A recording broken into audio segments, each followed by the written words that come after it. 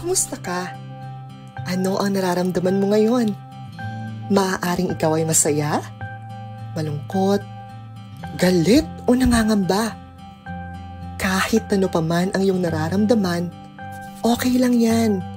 Hayaan mo ang iyong sarili na madama ang mga emosyong ito. Parte ito ng iyong mental health.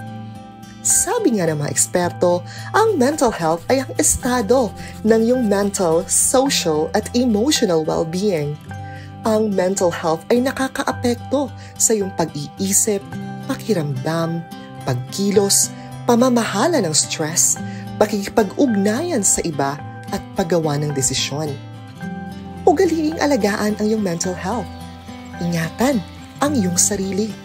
Para sa iba pang mental health at self-care tips, i-download ang Lusog Isip mobile app at bisitahin ang iChoose website.